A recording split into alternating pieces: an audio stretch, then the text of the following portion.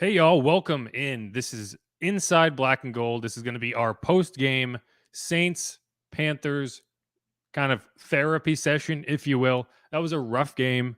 I know everyone had a rough time watching it. I had a rough time watching it. And so we're going to go through, some of the questions, some of the hot takes.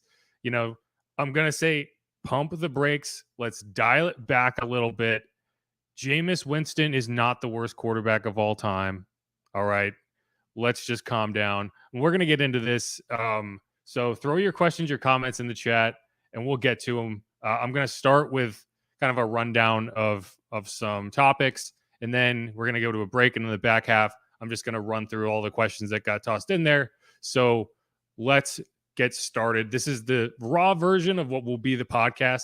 So I'm going to go through I'm going to start a real podcast here. So you're going to hear me kind of reset and to say, welcome to Inside Black. Oh, yeah. So I'm just giving everyone kind of a couple minutes to come find us. But yeah, so let's get this going for real.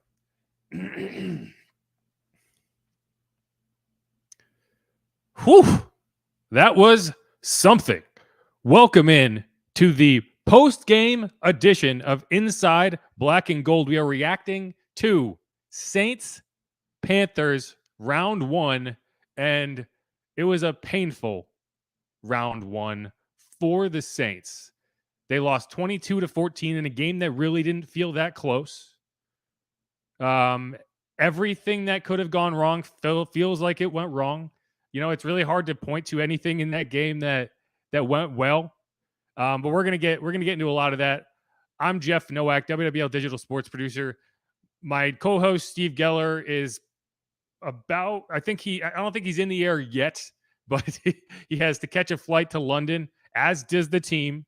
So there's no rest for the weary. These guys are going to be stuck on a plane for 8 hours to stew over this loss.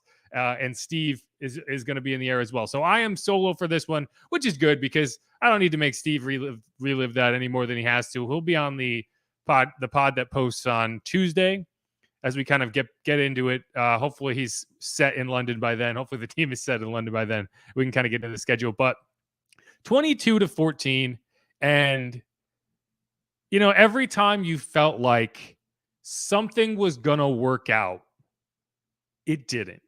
Right? Every time it felt like the kind of tide was turning in the Saints' direction in this game, it did not. Right? It started ugly.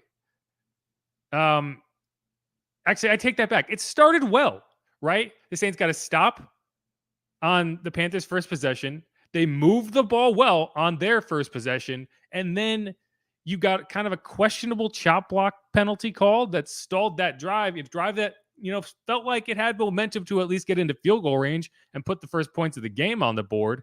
And instead, you're punting from midfield, and hard to put that on Mark Ingram. I'm going to go through the tape and kind of get a better look at what happened there. But from what I saw as the game started, or from what I saw on the broadcast, so a chop block is effectively you can cut a guy inside the tackle box, but you can't cut him, which means going to go low on a block, right? Take out their legs. You can't cut block if that defender is already engaged up high. And when you look at the replay, you'll see that Cesar Ruiz reaches out and puts his hand on the defender right as Mark Ingram goes into that cut block. And so that's a chop block. That's illegal. It cost the Saints on that drive. It's really tough because it's just a bang, bang play. And, that's not what you would, when they say you're engaged with a defender, that's the terminology. That's not what kind of touching a guy is not what I would consider engaged. But either way, it was a rough call, but at least you can justify it. And that killed that first drive, right? So right from there, everything that seemed like it was going to go right went wrong. Okay? Jameis Winston had a very rough day. There's no questioning that. But one thing that DA said that I think definitely holds merit here came after the game. And here's what he said. Yeah, look, I think everybody, when you get in these situations, is kind of looking for, a place to place blame. there's enough mistakes to go around that I don't really want to go there. I feel confident with Jameis. Certainly, we all need to do better, and that's what we're going to do. Yeah, and I think that's fair. I don't know why. I think it's because when you're a quarterback, you get the criticism, you get the praise, you get the criticism, and that's just how it works. But when you look at kind of the broad overview of this game, it wasn't, okay, Jameis Winston lost this game. It was Jameis Winston didn't go out and win this game. And by doing that, by proxy, you have lost the game. But this is a team that is capable of winning games independently of its quarterback, right? You did none of the things you have to do to make up for a quarterback who is having an off day. Okay? I mean, straight up, right? That chop block penalty when you're going in for a potential score, that can't happen. Alvin Kamara fumbles for 7 points. That's nothing to do with Jameis Winston, but all of a sudden, with Baker Mayfield literally not completing a pass, the Panthers are leading 7-0, right? I get it. Jameis didn't play well. He did not have anything to do with Alvin Kamara fumbling that ball, okay? Later in the game, Jameis leads them down the field into field goal range. Obviously, you don't get in the end zone, but you are set up for a chip shot. It gets blocked, right? The first drive of the second half, you are in field goal range. Obviously there was a sack to end that drive, 48-yard field goal. You expect Will Lutz to knock it through. He misses wide right. So that is 13 points that was either not scored on the Saints side or was allowed on the Panthers side. That has nothing to do with the quarterback. And so you're looking at this in kind of the calculus of, okay, yes, the quarterback didn't go out and win this game, but there are a lot of reasons you lost that game. Okay. And so there's this weird resentment toward Jameis Winston because he's not someone you knew he wasn't. and I don't get it, but we're going to continue on here. And here's some photos from the game to kind of get you going there. But I did want to hear from, let's see, Jameis himself. And one of the things he talked about was, the offensive line, I don't think was as bad today as it has been in the last few weeks. One of the reasons being, they sent a lot of zero pressure. They sent a lot of blitzes. And if I was looking at one thing that Jameis Winston really struggled at today and what cost the Saints in this game, he is very, I don't want to say slow, but he is not fast enough to identify blitzers and to get the ball out hot where it needs to go. If you go back and watch the Bucs tape in week 2, that is literally what Tom Brady does at a superhuman level. You can't blitz him because you know that you will get hurt by sending that extra pressure. It will not affect him. He will get the ball out where the blitz is coming from, and you are going to have a receiver running behind your defense. And so by doing that, you eliminate the blitz. Joe Burrow at LSU was another example. Teams stopped blitzing him because he made it hurt. And that is my biggest criticism of Jameis Winston in this game is you knew they were blitzing. You have to identify where the blitz is coming from and get the ball out behind it. And he rarely does that. There was a play in the first half where the Panthers set a zero blitz and Jameis did get the ball out hot, but the guy he threw to was covered. He threw to one guy. I mean, there has to be someone open because there's a defender who's coming in and not accounting for all of your receivers. And so you just have to identify who that's going to be, right? And that's where you can really criticize some of the struggles he had in this game. But here's what Jameis said about some of those blitzes. We had a good plan. I think they did a lot of zero pressures, and when you run zero, you can't block them all. So having schemes, Pete did a good job scheming up plays to get the ball out of our hands. And sometimes the only sack that we had was in the red zone where we got sacked and it wasn't out of field goal range, and we just had we put ourselves in long down and distance, and we had a longer developing play, and they brought zero, and we couldn't block them all. So that was unfortunate there. Yeah, I mean that's essentially what you were seeing there, and So one of the things that I was getting into with people on Twitter after the game, I don't think the offensive line played that badly. And so like you can look back at the week 1 and 2 and you can give Jameis a bit of a pass in that, this is an offensive line that allowed 10 sacks. It was the second most in the NFL, second to only the Bengals. Well, today there was only 1 sack allowed, right? Against a team that likes to send pressure.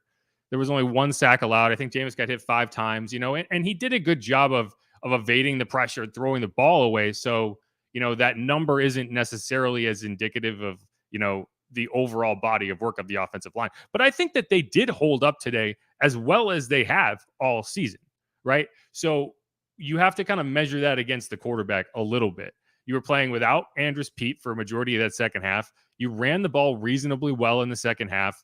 And so you can't put this on the offensive line.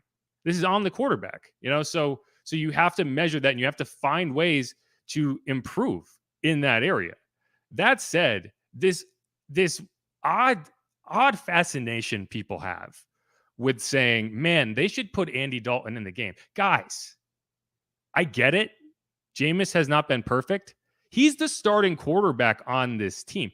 Andy Dalton is not here to start football games. I don't know how many different ways I can say that. He literally said that when he was signed. Jameis is going to start for this team for better or worse as long as he is healthy.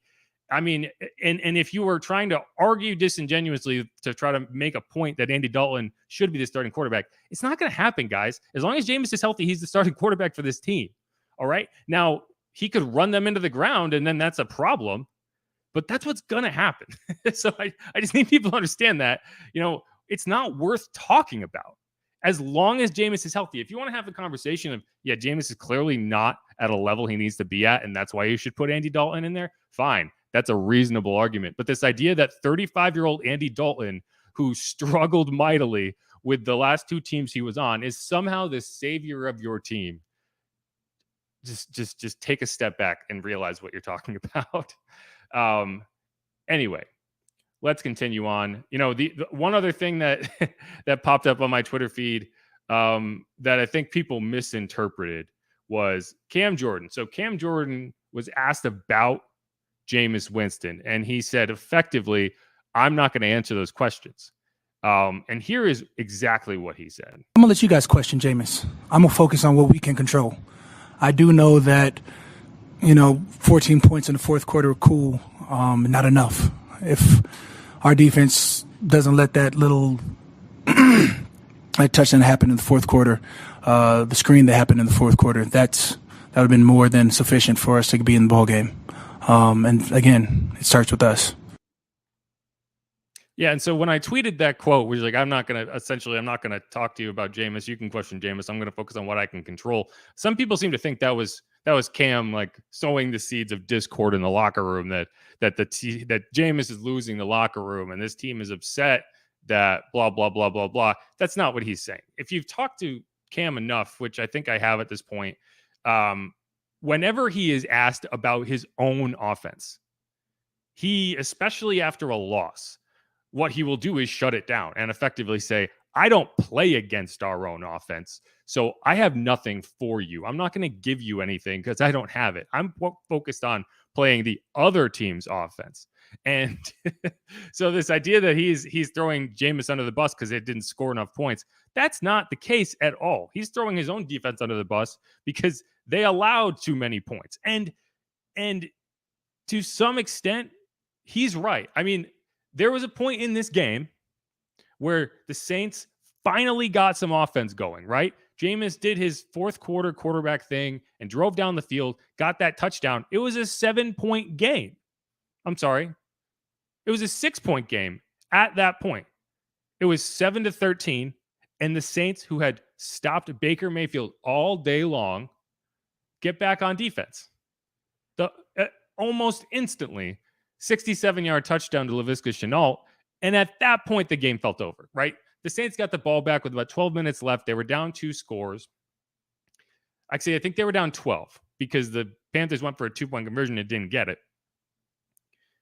But that's when you lost that game, right? If the defense holds up and gets the ball back to the Saints offense, you have a good shot of winning that game. You have 12 minutes, 13 minutes left. You're down 6 points.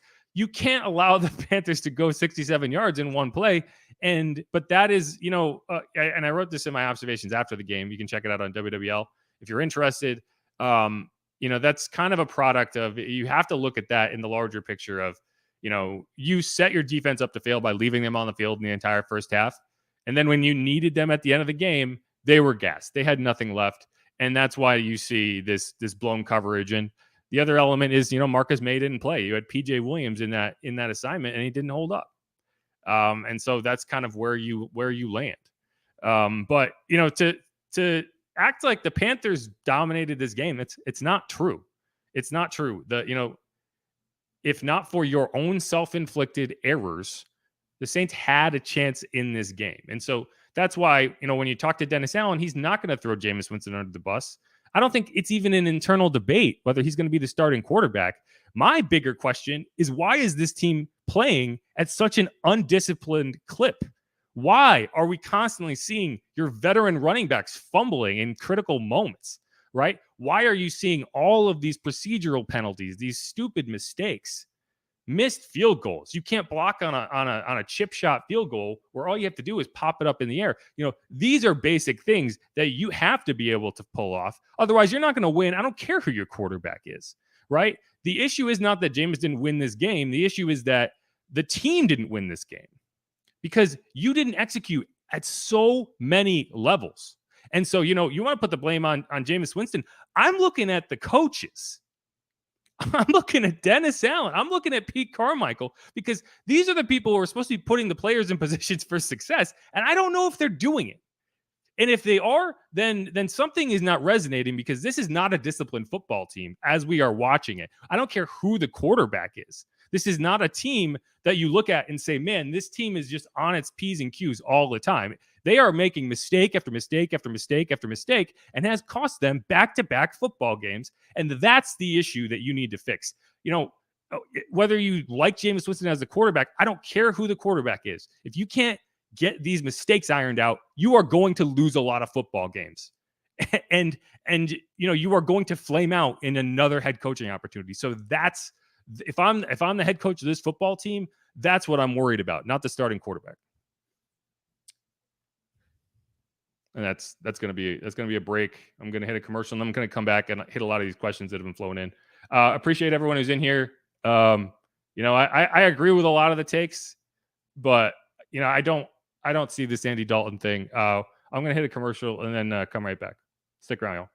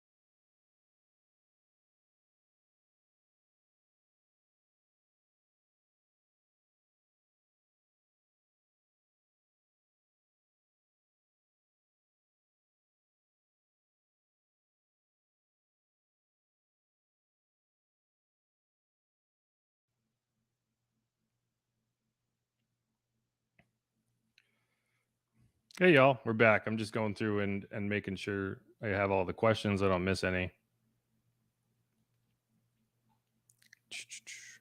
All right.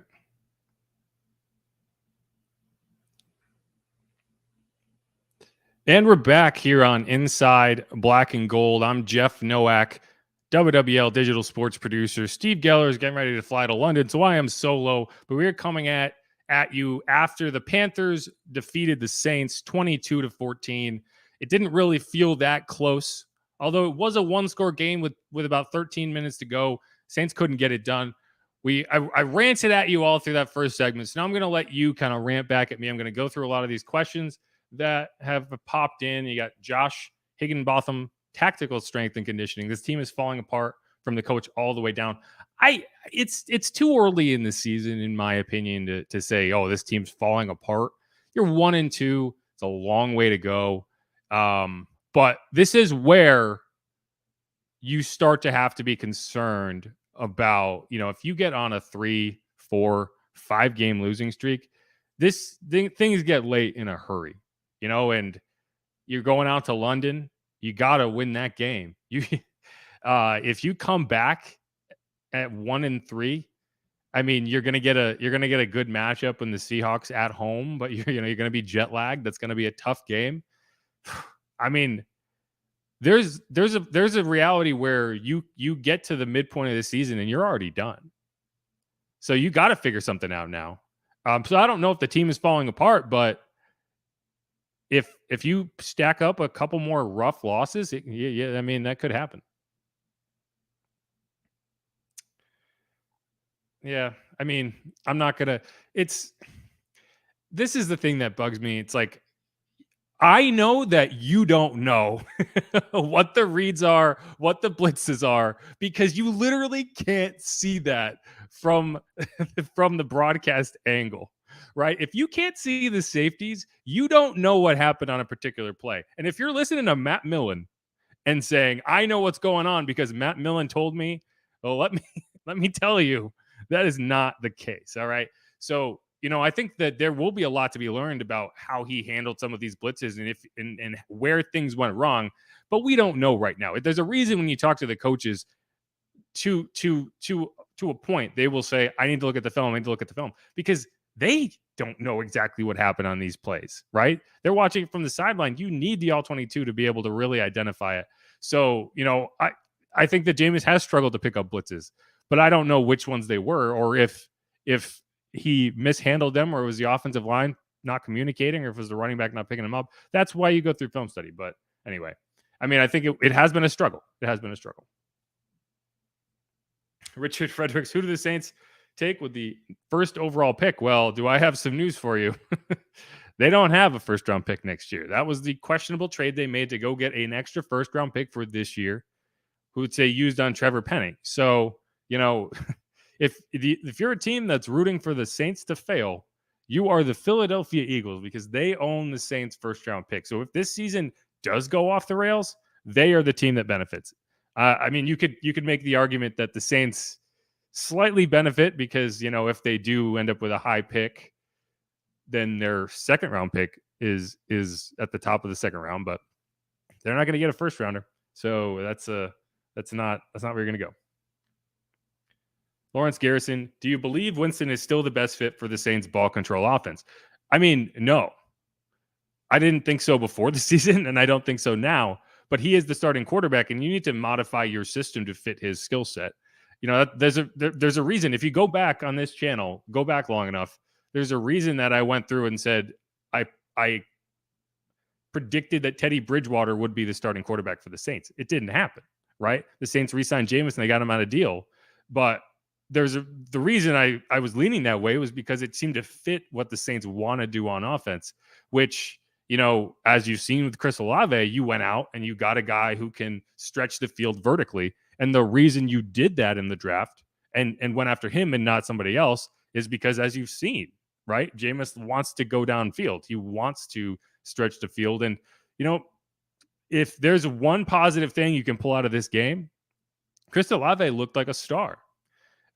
He was open all the time. He got targeted, I want to say 12 times. He's got 25 targets the last 2 weeks.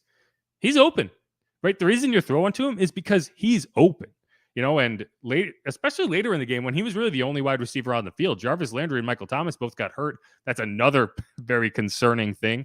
Traquan Smith even went down with what I believe is a concussion. That's what Dennis Allen said after the game. So Mike Thomas is dealing with a toe injury. Jarvis Landry's dealing with an ankle injury. So you might have to throw to Chris Olave next week. Deontay Hardy was also out for this game. He was kind of a surprise absence. He was full on Friday's practice. So, there's a lot to be figured out, but you're going to have to find a way. And so to answer your question again, no, I don't think that Jameis Winston is the best fit for a ball control offense. But as you can see, this is not a team that's operating as a ball control offense, or at least not one that is operating well as a ball control offense. So take that for what it is.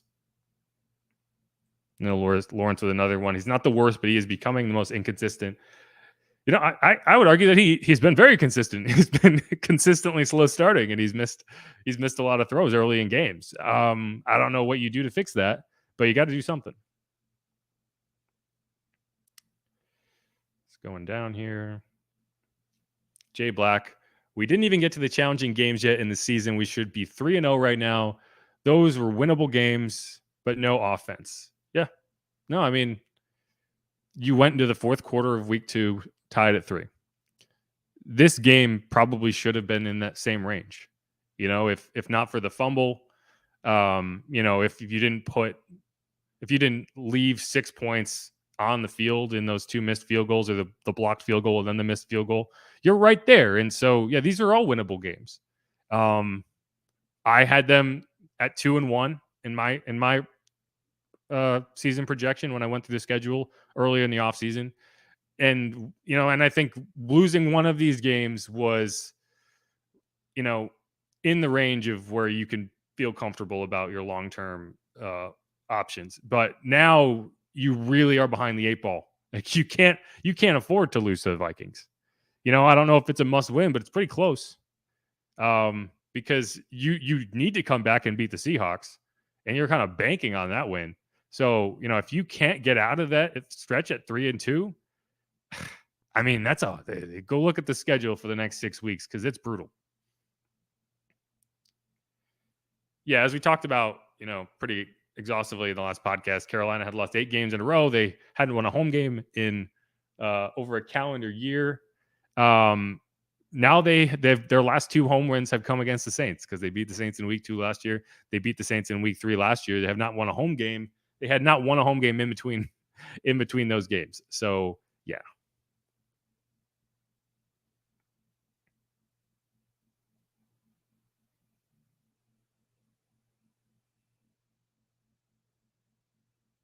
Let's go and find another question. Trash points. I don't know if you're talking about points from the trash or if my points were trash.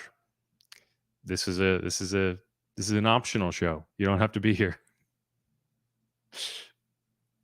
Richard Fredericks, how many wins realistically do you see? Well, I had them at 2-1 after 3 games. I had them at 11 wins, and I thought that was their ceiling, right? I like to be optimistic. I put 11 wins as probably their ceiling for this season. You could still get there, right? I still think that is their ceiling. You've made life a lot more difficult for yourself by starting 1-2, and particularly starting 1-2 in your own division.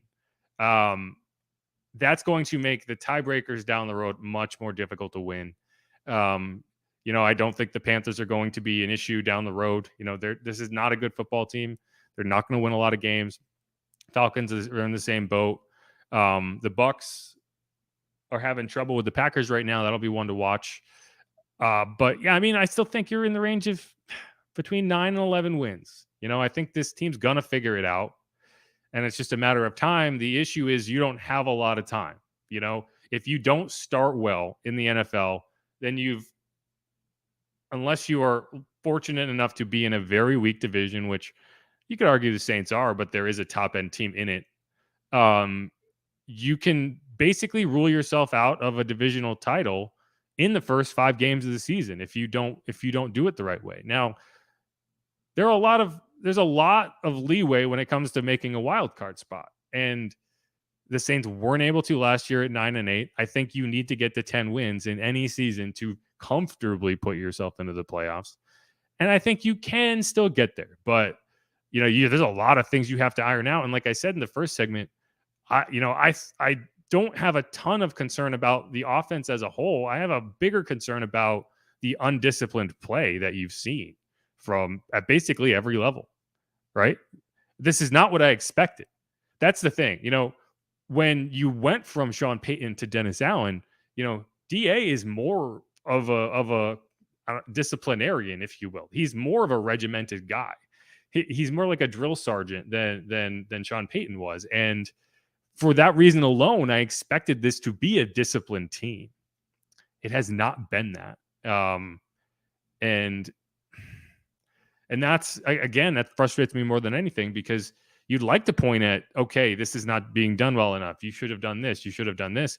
I mean, instead, you're pointing at the things that you did wrong that you have no excuse for.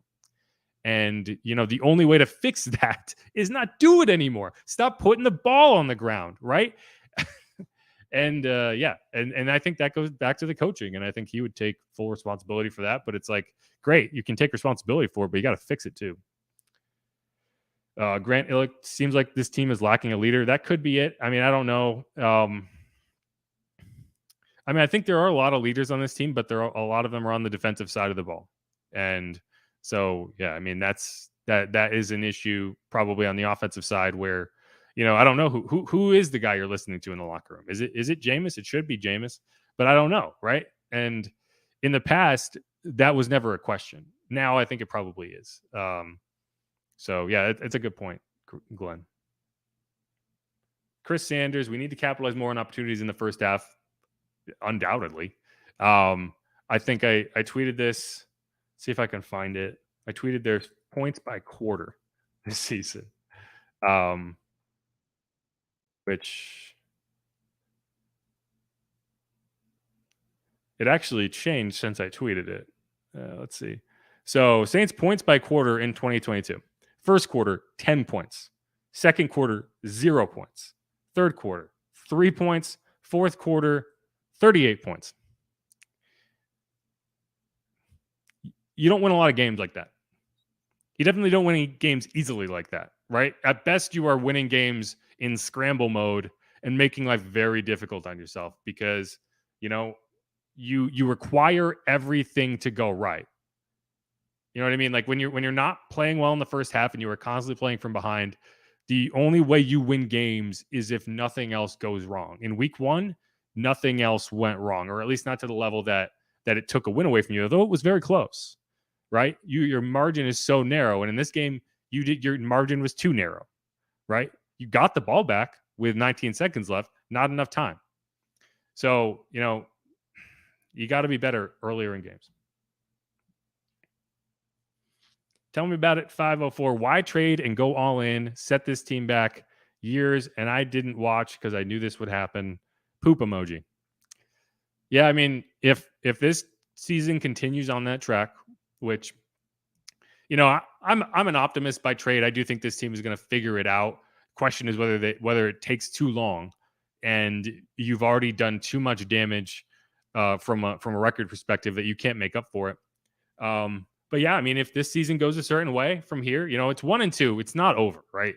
I mean, there's a long way to go, and you got to play better. But you're not writing off the season yet. You gotta string wins together. But if this season goes a certain way, you could be looking back at that trade 2-3 years from now and be like, man, like this is what set this team back and made it impossible to compete at the level you need to. Because if you get beyond this year and you decide Jameis isn't the guy, which, even if he does come back and plays a little better and you win some games, I think you could still make the argument that you move on from him. You don't have a first round pick to go get a guy. Maybe you're going out and breaking the bank for Jimmy G, who, also not an exciting guy, so your options aren't great. And when it would be great to have a first round pick if you're looking for a quarterback in the draft where there's a ton of young, really exciting quarterbacks, which that would be the case next year. So, that trade in hindsight could end up being very painful. Nolan Nerd says it's time for the Red Dead rifle redemption. I disagree, but I'm completely on board for that catchphrase. So I'll leave it at that. I mean, this guy thinks I have trash points, but he's still in here listening and commenting. So I don't know what does that say about you? He says Josh Higginbotham. You're looking at the coaches, but they can't execute the plays. I mean, sure, but I'm not talking about like individual play execution as what this team is struggling with. It is the moments where you shoot yourself in the foot and torpedo an entire drive, right? There was a drive where they got back to 1st and 20 and actually converted it. But that doesn't excuse the fact that you had 2 procedural penalties before first down that ended up in 1st and 20, right? There's so many examples of gaffes, of just dumb mistakes that you can't look past, and you have to identify. It's like, okay, so is this player just faulty? No, it goes back to the coaching.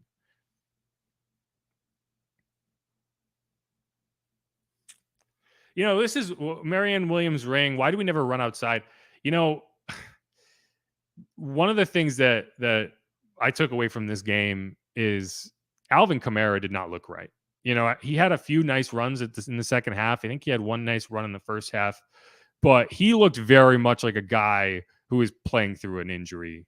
And like, of course he is. We knew he was, but it definitely looked like it was affecting him in this game.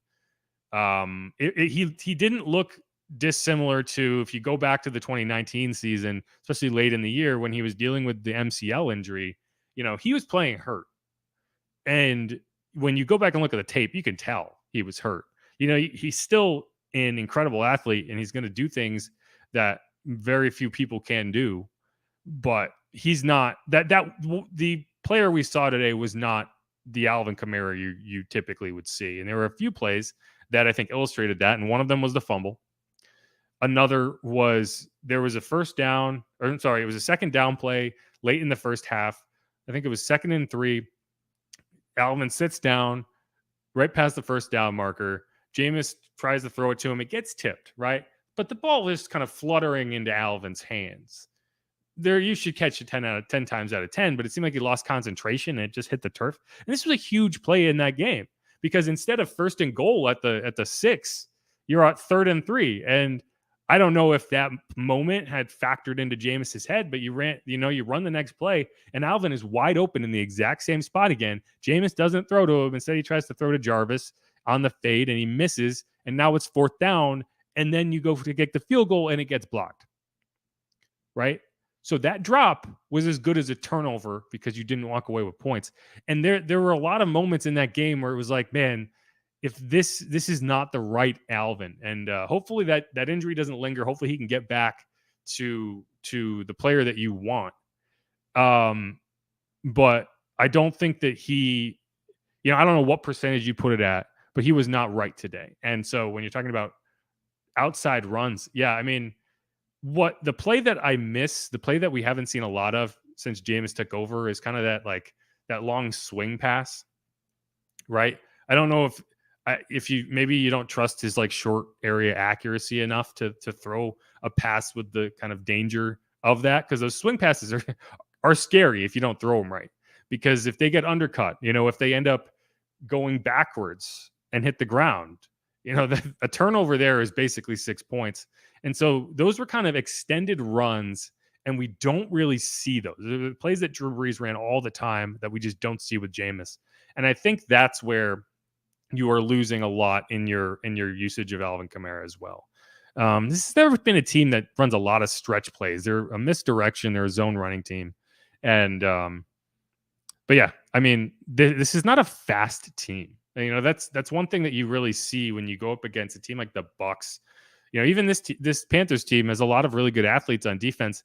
The Saints are not a very athletic offense outside of maybe Chris Olave and Deontay Hardy, right? They're very plotting. Jarvis Landry and Mike Thomas are not guys that are going to outrun you. You're guys who you expect to hold up in blocking and kind of set the edge, and they just haven't done that so far. All right, you're listening to Inside Black and Gold. We're going to take a quick break and then come back and answer a few more questions before we get out of here. Again, my name is Jeff Nowak, WWL Digital Sports Producer. Make sure to hit us up wherever you get your podcasts, Apple, Stitcher, Spotify, Overcast, whatever cast you use. And make sure to leave a rating and a review. We'd love to hear from you. And stick around. All right, that's just a break. I'm going to go right into the next segment. Welcome back to Inside Black and Gold. We're still going through reader questions and welcome back to Inside Black and Gold. We're still going through reader questions after the Saints lost to the Panthers in a painful 22-14 game that, the final score probably makes it seem a little closer than it was. Jameis Winston's stat line probably makes it feel like he had a much better game than he did. He went 25 for 41, 353 yards, and a touchdown. The big game, though, belongs to Chris Olave. 9 catches on 13 targets for 147 yards. Traquan Smith also came out of nowhere. First game of the year, 4 catches for 105 yards. But this yardage was largely rolled up in garbage time.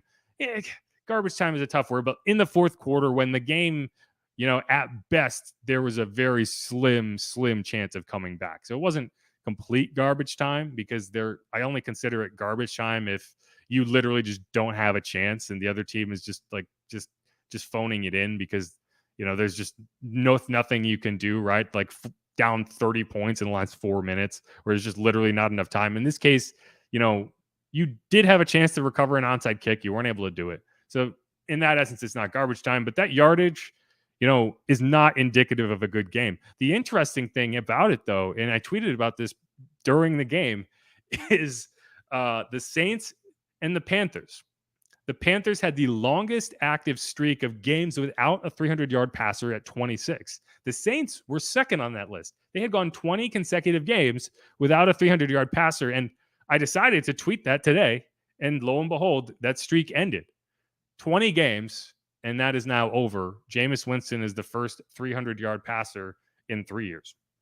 So, figure that one out. But it was not a good game by any stretch. But I mean, I don't know if anyone had a good game passing the football. Baker Mayfield went 12 for 25 for 170 yards, and 67 of that came on one play to Laviska Shenault, right? So on one pass, he had 67 yards. On his other 11 completions, he had 103 yards, right? If you erase the Laviska Shenault pass, Baker Mayfield went 11 for 24 for 103 yards. And obviously you can't erase that, but my point is he had a terrible game.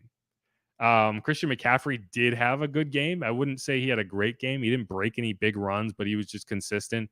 108 yards on 25 carries, a little over 4 yards a carry. So it's a solid day, not great, but it's better than you would hope for if you're the Saints.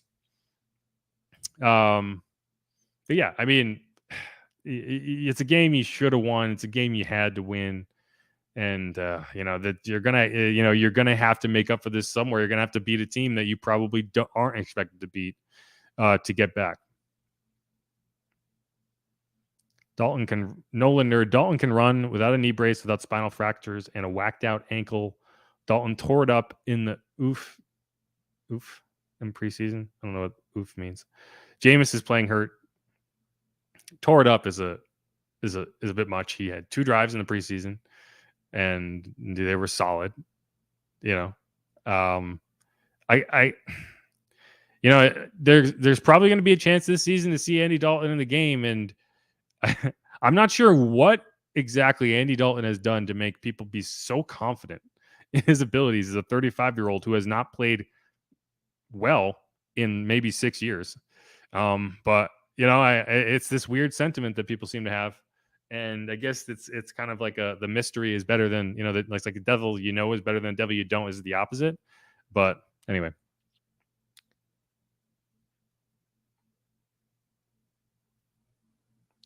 Just going to go through some more questions.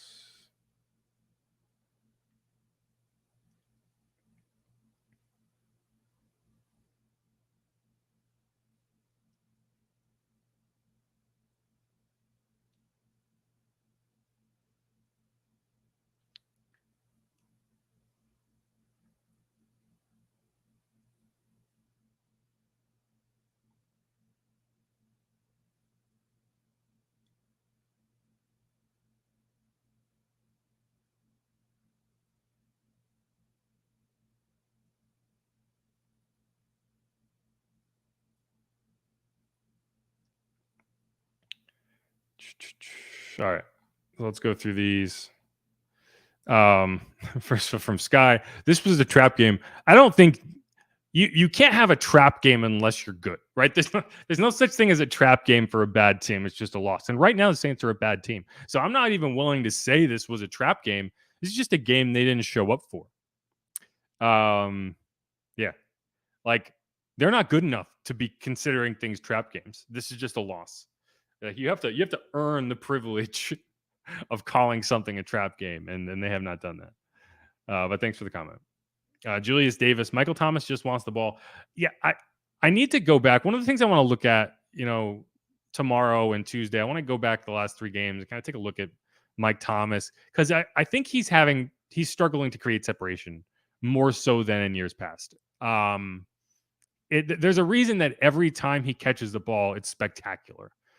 And it's because he's got defenders draped all over him in ways that I do not remember him having defenders draped all over him in the past. And I don't know if maybe he's still kind of working his way into his routes, but that it is striking how little he's been targeted and how difficult the catches he's making are when he has been targeted. And he's still an incredible receiver and he's making these great catches, but man, you'd like to see some easier catches for him. You'd like to see some catch and run opportunities, and you just haven't had them, because every one he's had to be diving and making a one-handed grab and going to the ground. It's like, something's not adding up there. And I don't know if it's a timing thing, if it's just a matter of you need to work back into the offense a little more. But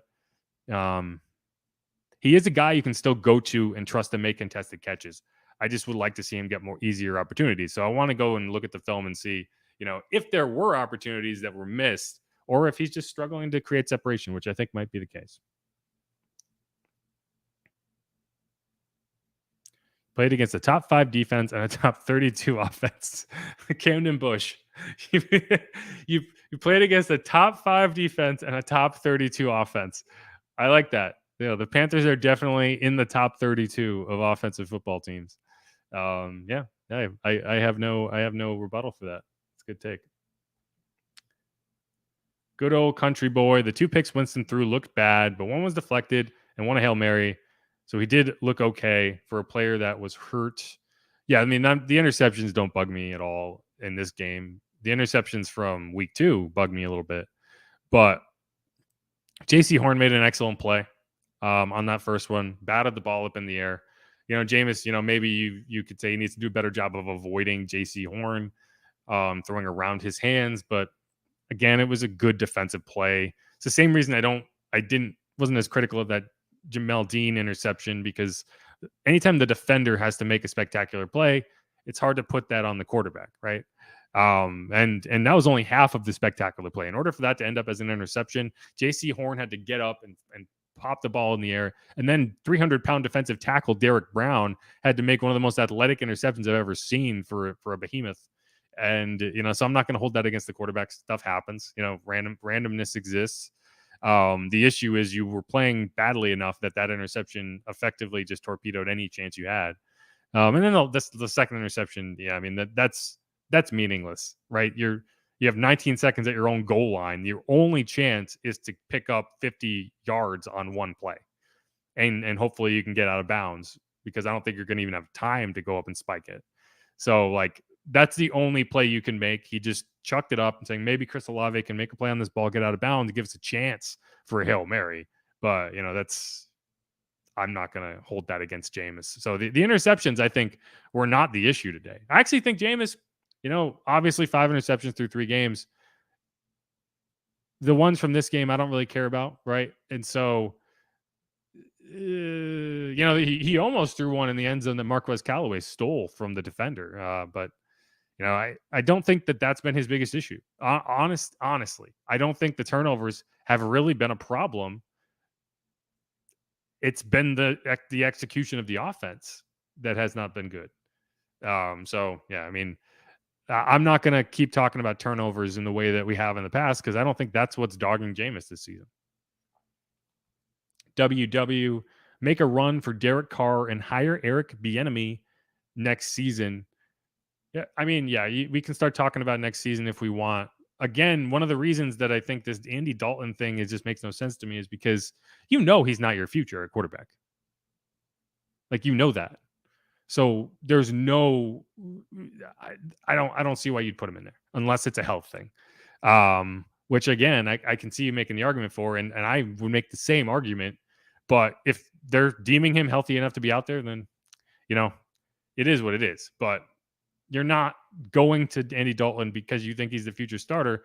And so the question is Jameis your starter next year? Right? That's why it makes no sense to put Andy in there. Like, you need to find out whether you can feasibly start this guy next season. So having him ride the bench does not benefit you. Because if one way or another you're going to find a quarterback, then you might as well see what you can get out of him. So we'll see, and again, and the other side of that coin is if you do still want to move on from him, he's under contract next season. And if there's any trade value whatsoever, you need him to go out and show that. So again, we keep coming back to it. I just don't see a scenario where you start Andy Dalton for any reason other than Jameis is not healthy enough to play.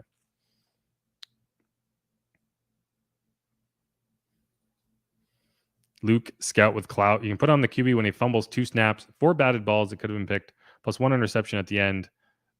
One of those snaps was Eric McCoy snapping the ball when the quarterback wasn't ready.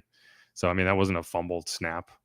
I guess, I'm not saying Jameis played well, but to put this on Jameis as if a different quarterback in there would have won that game, I don't think that's true. At least not any of the ones that are on the Saints roster, right?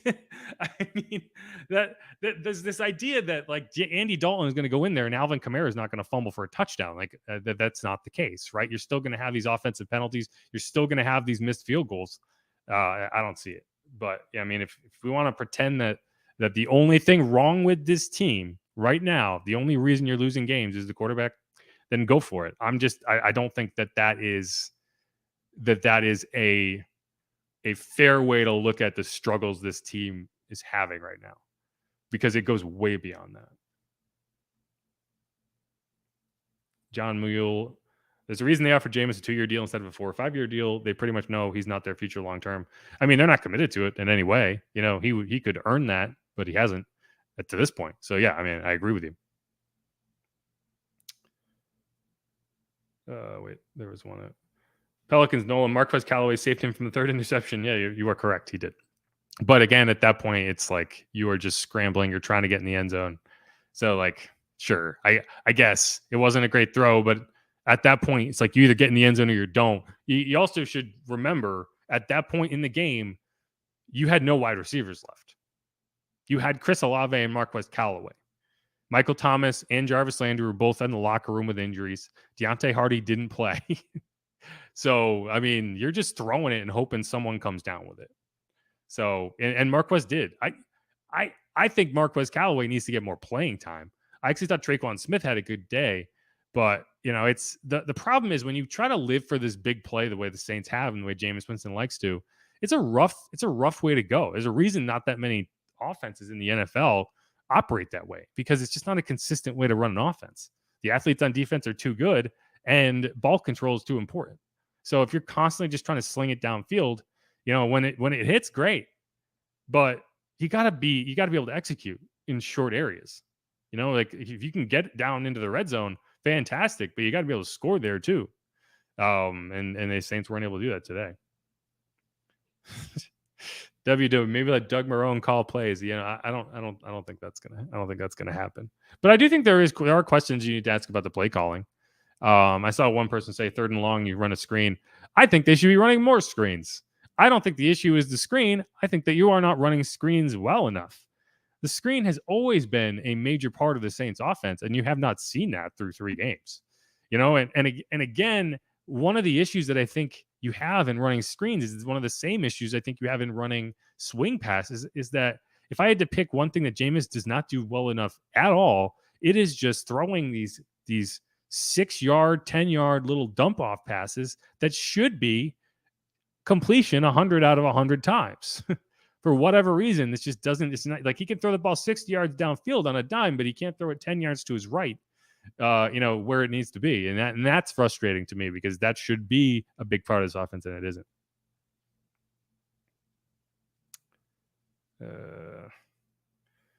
Richard Fredericks, Tyrann Mathieu hasn't lived up to expectations. I mean, in what way? I mean, I guess I think he's been fine. I don't think the defense has been a problem. Tyrann Mathieu isn't the one who blew the tackle on Laviska Shenault. That was PJ Williams, right? Tyrann Mathieu's out there healthy. I mean, like, you can point fingers at the defense. I think they need to be forcing turnovers, right? Like, that's, if you wanted to point the finger at the defense and say, you needed to do a better job helping your offense win this game, that's where I look at it, right? I mean, they forced 2 contact fumbles in week 1.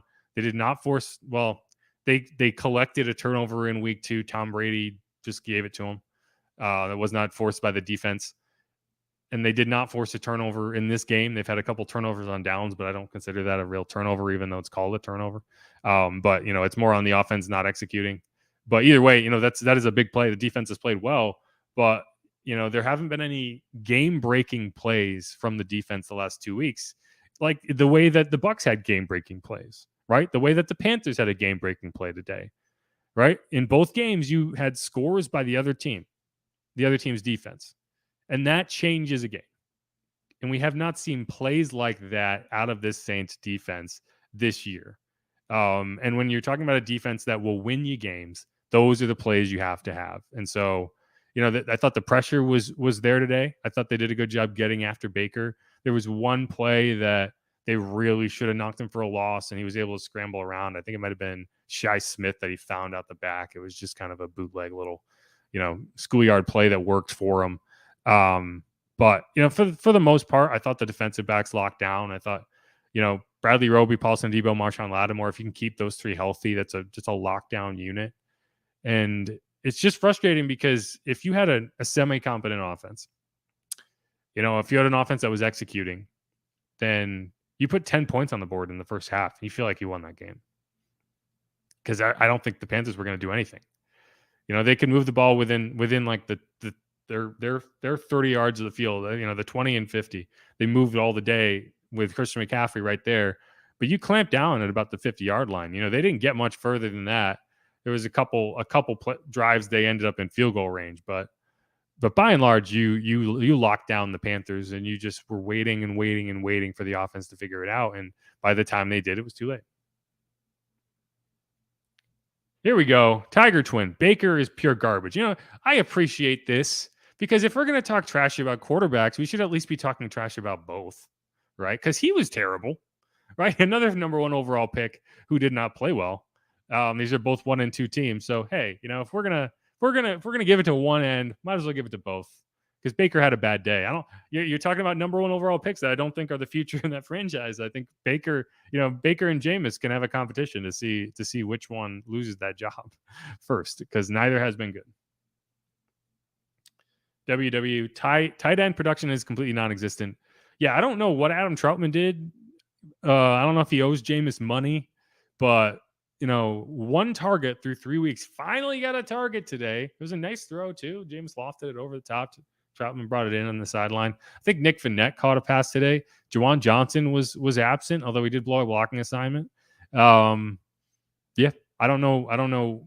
Jameis has never been a guy that throws a lot to tight ends, but I think it's got to change. All right, let's get one more. Let's get one more, and then we'll move on. Pelicans Nola. I'm ready for Lamar Jackson. I assume you mean you're going to sign him in free agency when he hits free agency. Hate to break it to you, 0% chance he hits free agency. The Ravens are going to franchise the heck out of him. Hopefully they pay him. He's earned a contract. Hopefully they pay him, and because he deserves it. But yeah, if they somehow for some reason let him hit free agency, there's going to be a heck of a bidding war for him. I tell you what. But that's where I'll wrap it up. Again, my name is Jeff Nowak. You're listening to Inside Black and Gold. Went through a lot of questions. Hopefully this therapy session has been cathartic. I know there's a lot of anger. There's a lot of vitriol. People want to see Andy Dalton. I don't, but I get it. I'm not looking forward to going through the film tomorrow when the All-22 comes out, but I will do it. I will do it for you guys, and I'll try to figure out what the heck happened in this game. Thanks, everyone, for being in here. Thanks for everyone who asked a question. Thanks for everyone who listened. Make sure to give us a follow, give us a subscription, give us a review, give us a rating wherever you get your podcast. If you're on Apple and you're listening to this and you want to scroll down and hit the 5 stars, maybe type a little message and tell me how wrong I am. I would love to see it. And as always, stick around. We're going to have an episode.